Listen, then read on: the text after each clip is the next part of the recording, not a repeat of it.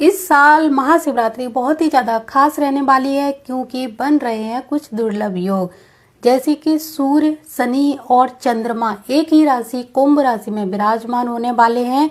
कुछ ग्रह तो विराजमान हो चुके हैं, जैसे कि शनि का जो परिवर्तन हुआ था कुंभ राशि में जनवरी में, वो हो चुका है पहले से ही।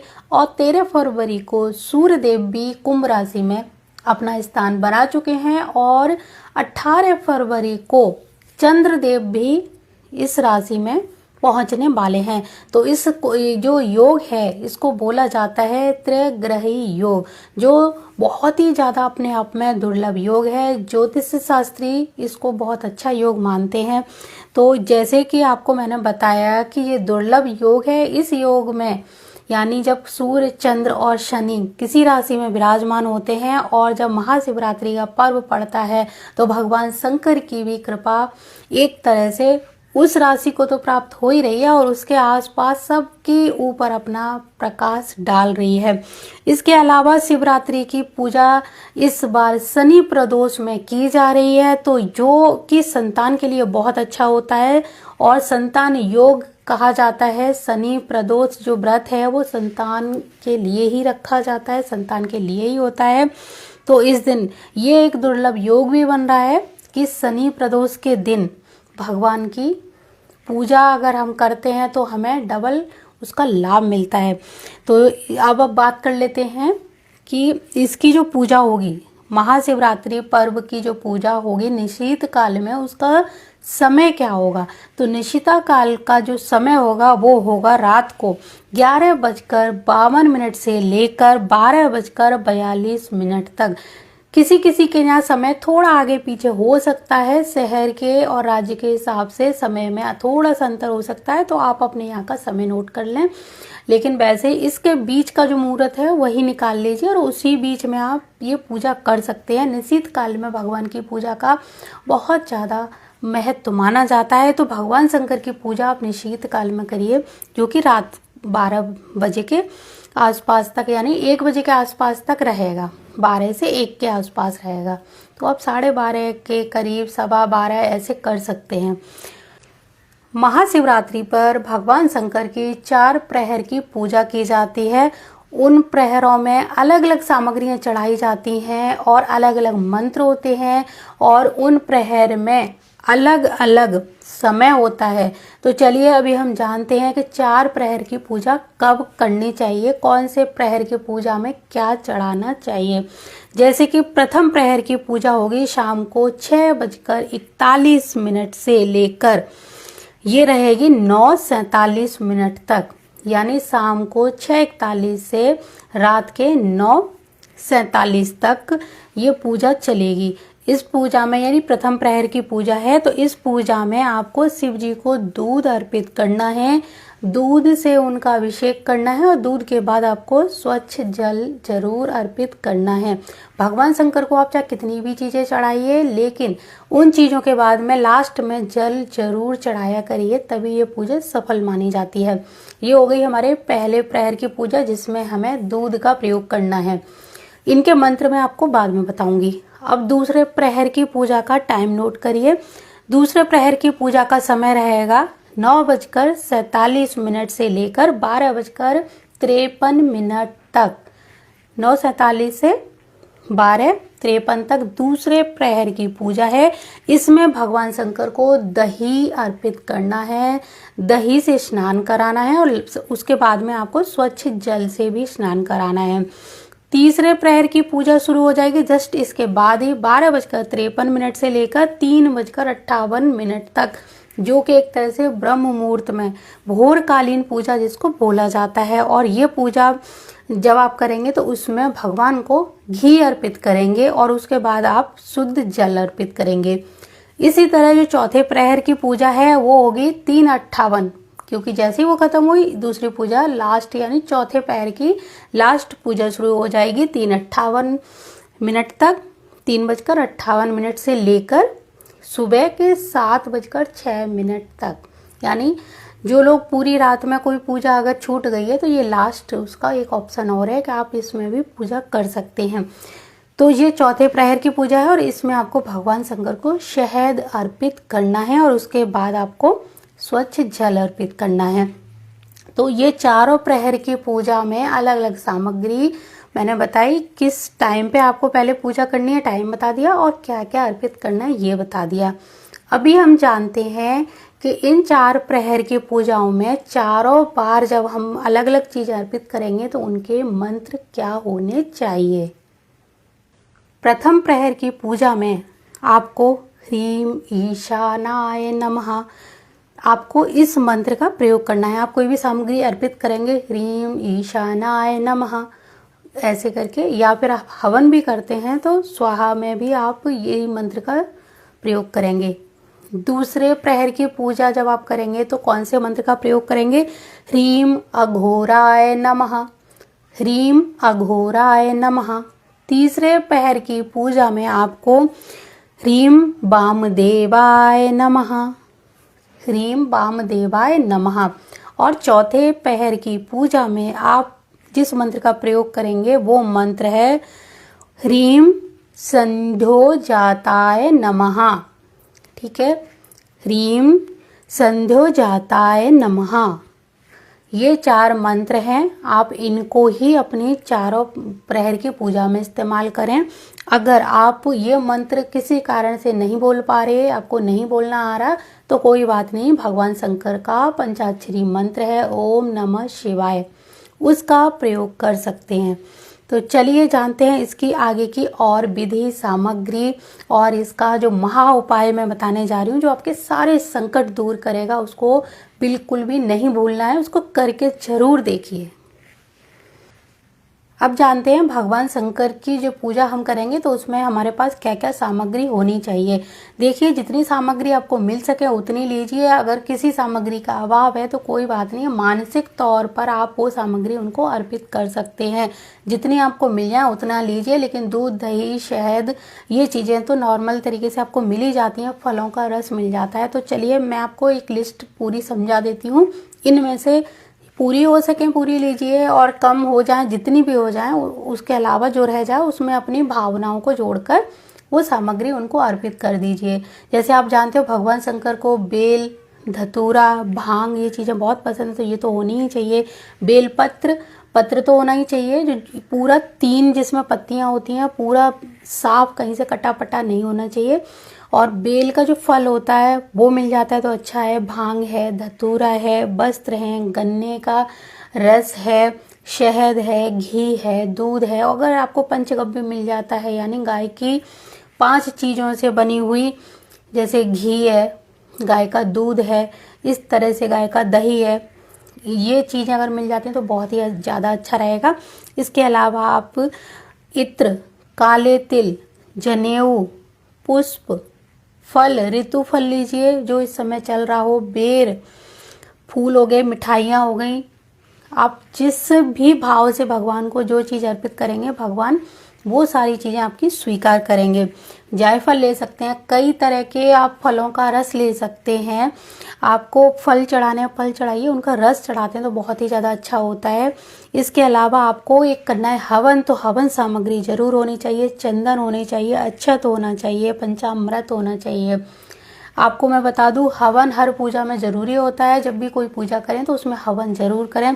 पहले भगवान शंकर का ये सारा जो सामान है पूजा का ये सारा इकट्ठा कर लीजिए और इनको एक स्वच्छ थाली में अच्छे से धोकर थाली में निकालिए। पहले बर्तन को धोइए, उसके बाद बहुत सारी सामग्रियां हैं जैसे फल है, फूल है, इन सबको अच्छे से धो के जल में और फिर अपनी थाली में रखिए अच्छे से कपड़े से पोंछ कर।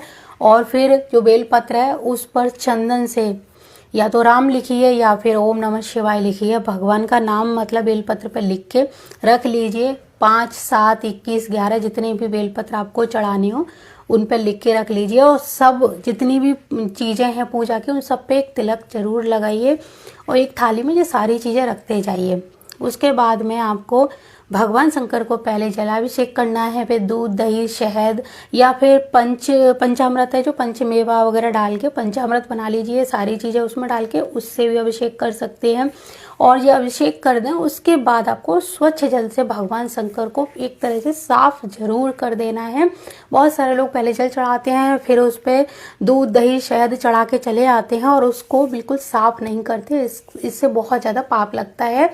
तो जब भी आप कुछ भी चढ़ाएं लास्ट में स्वच्छ जल जरूर चढ़ाया करिए, जिससे कि वो शिवलिंग गंदा ना हो और बहुत सारे जो मक्खी, मच्छर, कीड़े मकोड़े आके उसी ही दूध, दही पर जाके चिपकते हैं और कई तो मर भी जाते हैं। तो ऐसा ना हो, आपके हाथ से पुण्य की जगह पाप हो जाए, तो इस बात का ध्यान रखिए। स्वच्छ जल से जब आप उनको साफ करें, उनको कपड़े से पोंछकर फिर उनका श्रृंगार करिए, चंदन लगाइए और उनको वस्त्र भेंट करिए, उनको पुष्प चढ़ाइए, पुष्प की माला बनाइए, भोग लगाइए। मतलब भाव से आपको जो भी उनको देंगे वो खुशी खुशी सब चीज़ आपकी ग्रहण कर लेंगे। आप बहुत ज़्यादा परेशान रहते हैं, बीमार रहते हैं, तो आप काले तिल मिला हुआ जल उनको जरूर अर्पित करें। घर के सारे सदस्य मिलकर भगवान शंकर को काले तिल जल में मिलाकर जरूर चढ़ाया करिए, इससे आरोग्य की प्राप्ति होती है। अब हम बात कर लेते हैं, जब हमने ये सारी पूजा कर ली उसके बाद करना है आपको हवन।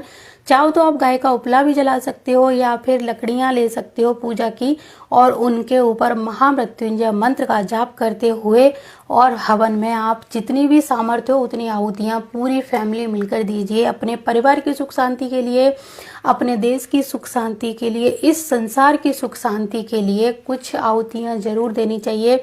और सबसे बाद में भगवान की जब पूजा हो जाए उसके बाद हवन वगैरह भगवान से गलतियों की क्षमा मांगिए। क्षमा याचना के बाद में आपको उनका धन्यवाद करना है और उनका आभार प्रकट करना है। ये तो आपको हर पूजा में ही करना है। ये सारी चीज़ें आप जब करोगे तो आपको एक चीज़ का ध्यान रखना है, आपको फालतू का बोलना नहीं है। सिर्फ भगवान का मंत्र हो, चाहे ओम नमः शिवाय हो या फिर कोई भी मंत्र हो, लगातार बोलते जाना है, बोलते जाना है। पूरी पूजा में सुबह से शाम तक सिर्फ पूजा पर ही ध्यान देना है। बाकी इधर उधर की ना तो बातों पर ध्यान देना है, ना ही किसी और कार्य को ध्यान में रखना है। पूरे भक्ति भावना के साथ डूब जाइए भगवान शंकर की पूजा में, उनकी भक्ति में। भगवान भोलेनाथ सबकी इच्छाएं पूरी करते हैं, तो आपकी इच्छा भी वो जरूर पूरी करेंगे। तो अभी हम बात कर लेते हैं भगवान शंकर की उस पूजा की जो व्यक्ति को किसी भी गड्ढे में हो उसमें से निकाल के ले आती है, किसी भी संकट में हो उसमें से एकदम से निकाल के बाहर ले आती है। और वो भक्ति, वो पूजा कौन सी है, अभी हम उसकी बात करते हैं। चाहे A to Z आपका कोई भी संकट हो, बहुत ही रामबाण उपाय है, बहुत सालों से किया जा रहा है भक्तों के द्वारा और इसके जो परिणाम है बहुत ही तेजी से यानी बहुत ही सकारात्मक तरीके से प्राप्त होते हैं। 1 साल के अंदर अंदर आप बड़े से बड़े डूबे हुए कष्ट में, संकट से बाहर निकल आते हैं।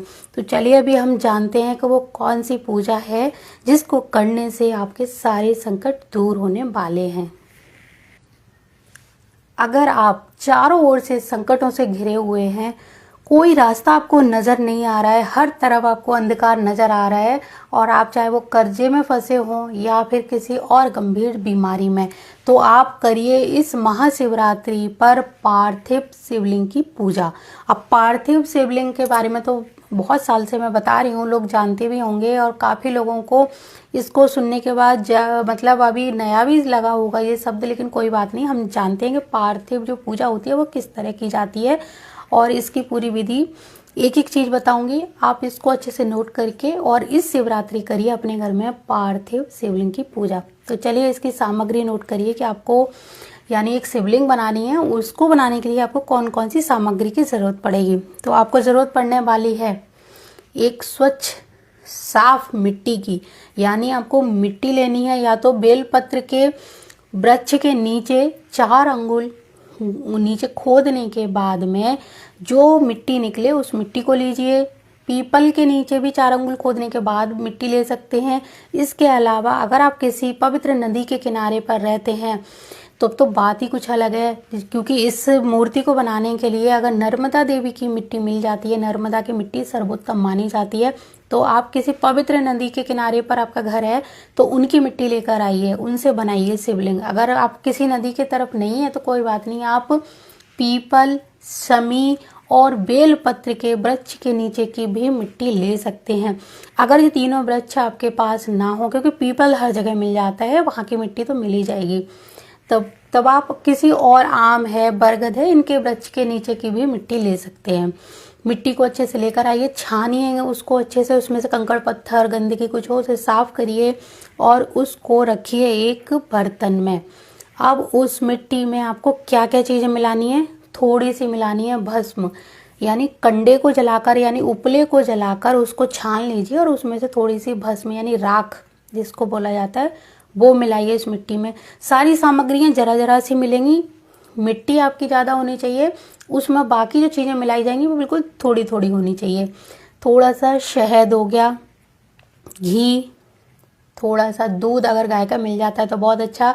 अगर गाय का दूध, दही, ये 2 चीज़ें गाय की मिल जाती हैं और घी, तो बहुत ही ज़्यादा अच्छा रहेगा। लेकिन नहीं मिलता है तो कोई बात नहीं, जैसा भी शुद्ध हो दूध वो ले लीजिए आप। अगर दूध और शहद और घी ये तीनों चारों चीज़ें बिल्कुल जरा जरा सी ही लेनी है, 1-1 चम्मच के करीब ले लीजिए। सब इसमें मिलाते जाइए। गंगा जल हो गया, दही है, दूध है, शहद है और कुछ मिलाने हैं अनाज। आप या तो उन अनाज को पीस कर मिलाइए या फिर कुछ साबुत अनाज अपने पास रख लीजिए और जब हमारी शिवलिंग पूरी तरह तैयार हो जाए तब उस अनाज से सजा सकते हैं। ये सारी चीज़ें अपने पास रखें और एक शिवलिंग की स्थापना अच्छे से करनी है। शिवलिंग 12 अंगुल से बड़ा नहीं होना चाहिए, क्योंकि 12 अंगुल आप कैसे जोड़ोगे, ये 4 अंगुल इस तरह, 4 इस तरह और फिर यहाँ पे ऐसे हमारी 12 अंगुल की हाइट अगर हम रखते हैं शिवलिंग की तो बहुत ही अच्छा है। इस तरह 1 अंगुल, 2, 3, 4 ऐसे 4, फिर 4, 8 हो गया, फिर इसके ऊपर 1, तो इतनी हाइट का शिवलिंग आप बनाइए। तो इतनी मिट्टी रखिए कि एक कम से कम एक एवरेज जो 12 अंगुल का शिवलिंग है वो बन जाए। शिवलिंग आपका बन गया और ये प्रोसेस आप शिवरात्रि वाले दिन ही करिए, और नहीं तो आप एक दिन पहले भी शिवरात्रि से पहले शिवलिंग बनाकर रख लीजिए और शिवरात्रि वाले दिन पूजा करिए। अगर आप पहले बनाते हैं तो वो अच्छे से सूख जाएगा। अगर आप उसी दिन बनाते हैं तो सुबह बनाइए और इसकी सुबह के बाद शाम से पूजा शुरू करिए, चारों प्रहर की इनकी पूजा करिए। और शिवलिंग बनाने के बाद एक बड़ी सी थाली में इनको रख लीजिए, खूब अच्छे से बनाइए, अच्छे से जैसे वो चिकनी मिट्टी होती है ना उस तरह वो चिकना हो जाए। और जब आप उनके ऊपर अभिषेक करेंगे दूध, दही, शहद से तो वो इतनी जल्दी खराब नहीं होता है, बिगड़ता नहीं है। और फिर चारों प्रहर की पूजा भगवान शिव को साक्षात मानकर आपने, क्योंकि शिवलिंग बनाई और शिवलिंग बनाते समय आपको अपनी भावनाओं का ध्यान रखना है कि पूरे श्रद्धा भक्ति से भगवान का ध्यान करते हुए, जप करते हुए इस शिवलिंग का निर्माण करना है। और जब आप अपने हाथों से बनाएंगे तो आप अपनी पूरे भावनाओं के साथ इसको बनाएंगे और अपनी सारी परेशानियां वहाँ बताते हुए बनाएंगे। और फिर आप रात भर पूरी रात इनका पूजन करिए, जागरण करिए, भजन कीर्तन मंत्र उच्चारण से इस शिवलिंग को एक तरह से प्राण प्रतिष्ठित कर दीजिए कि इसमें से भोलेनाथ की जो ध्वनि निकले या भोलेनाथ की जो ऊर्जा है इसमें से निकले, वो आपके सारे काम बना दे। रात भर आपने पूजा करी, अगले दिन आपको इनको कुछ नहीं करना है। और ये पूजा आपको जैसे उस दिन तो 4 प्रहर की पूजा हो गई, इसी तरह हर महीने की जो शिवरात्रि है उस शिवरात्रि पर भी इन्हीं शिवलिंग की आप इसी तरह से पूजा करिए।